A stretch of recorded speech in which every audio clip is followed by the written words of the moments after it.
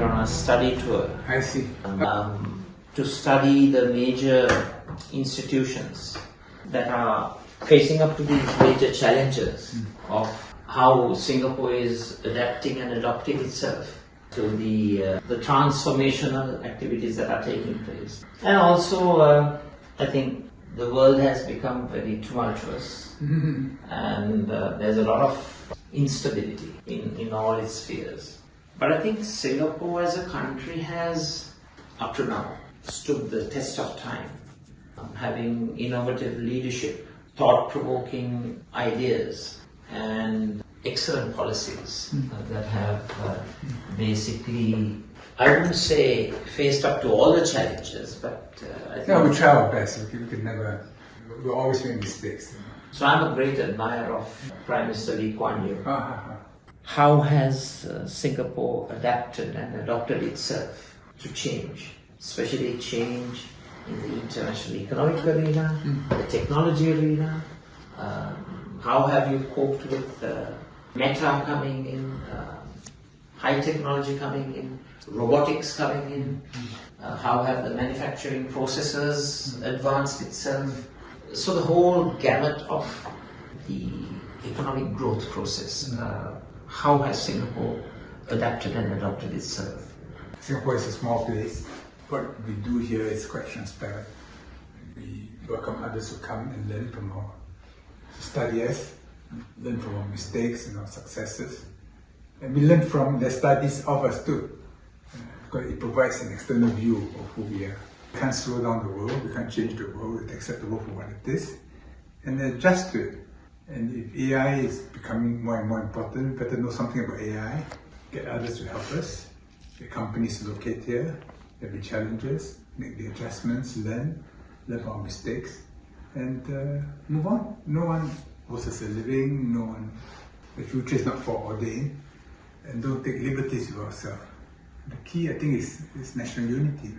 If the people are united, then they can take a longer-term view of the future. The cyclone, the physical damage, the infrastructural damage to livelihoods and so on and so forth was immense. And that's also an area in which you can provide your expertise, because we have been calling for an international donor conference, but to no avail. An international donor conference to help assist Sri Lanka. As I said, the World Bank study itself has shown infrastructural damages to be 4.1 billion, but it's just a preliminary estimate. We believe the numbers are much greater. And then how about the damage to livelihoods, people's ability to earn, so on and so forth. So these are areas in which I'm pretty sure that your expertise would be of great importance. How's the textile industry?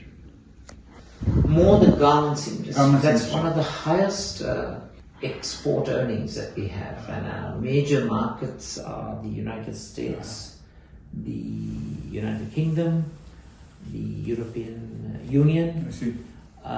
So that's a very, very important industry. Yes. However, we have not managed to diversify our export destinations. The destinations should have been diversified so that you're less risk prone, much more risk averse policy should have been followed, but that has not happened. But with the reciprocal tariffs that have been instituted by the US administration, that has created additional challenges. What did Trump put on Sri Lanka? So right now Sri Lanka has a 20% reciprocal tariff rate, but still that has basically imposed many challenges on the industry, new challenges, and there is now a more proactive approach to diversifying our export markets into other export destinations. Yes. All of us are learning that. Yeah. Not just Canada. That's right. How are your relations with India? Very close, very strong, very good, very productive. They'd be very helpful. Very helpful. India has been one of the single largest donors, both during the Ditwa cyclone and also during the times of bankruptcy, which we are yet to come out of. 2022 posed enormous challenges and risks for our country with the bankruptcy situation. India was the single largest donor. They supported to the tune of over 4.2 billion US dollars. Wow, that's a lot of money. That was during the times of bankruptcy. During the Ditwa cyclone, India was the first responder. And India has actually walked the talk in terms of their neighborhood first policy, which is the policy followed by Prime Minister Modi. No, this is the best relations with Sri Lanka. Yes. And he supported Sri Lanka during the Ditwa crisis to a large extent, providing food, medicines, infrastructure support, bridges, support through the provision of relief teams. India has what you call the National Disaster Relief Team, and knowing that Ditwa was heading towards parts of India, they were so kind enough to provide those teams. They're very good. And also the support given through helicopters, through the provision of bridges, hospitals, mobile hospitals, in many ways, and in terms of finance also. India helped us. In fact, Your Excellency, I'm one of maybe the only politician in Sri Lanka that has supported India's entrance to the UN Security Council, because as a permanent member, I have openly canvassed.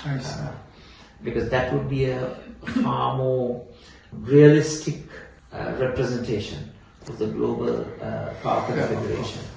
During your tenure as the foreign minister, I'm sure you have pioneered Singapore through turbulent waters in the external affairs arena, and there may be a lot for Sri Lankan public policy decision makers. So I would like to invite you to Sri Lanka to address public policy decision makers on Singapore's success, not merely in the economic arena, which is very well known, but how Singapore has formulated its foreign policy in a very strategic manner, in an articulate manner, so that Singapore has been able to have a very stable external affairs policy. From Sri Lanka's perspective, what Sri Lanka lacks is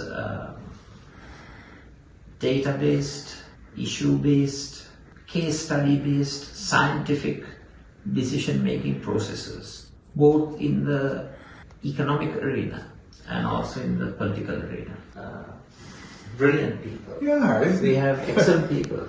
But what I'm referring to are structures, systems. The structures and systems need to be in place, and however much brilliant you are, if there are deficiencies and shortcomings in the systems and structures, then you have a big problem. So I would like to take this opportunity to invite you, which I'll do so also in writing, for you to visit Sri Lanka. This is from Sri Lanka's perspective, I want to tell you.